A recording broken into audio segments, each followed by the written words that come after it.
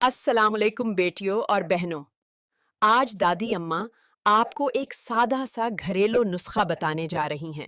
अगर किसी खातून को लकोरिया यानी सफ़ेद पानी की शिकायत हो, जिस्म में कमज़ोरी हो, कमर दर्द और थकन रहती हो, अगर इस मसले को नज़रअंदाज किया जाए तो कमज़ोरी बढ़ सकती है।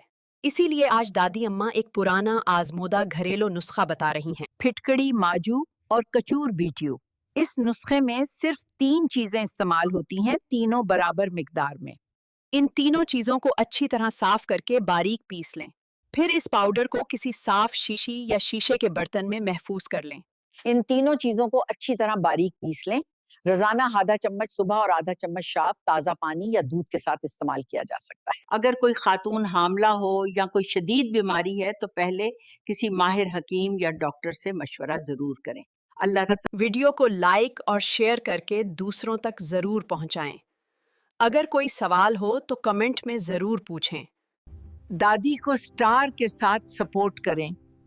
दादी की हौसला अफजाई के लिए स्टार दें।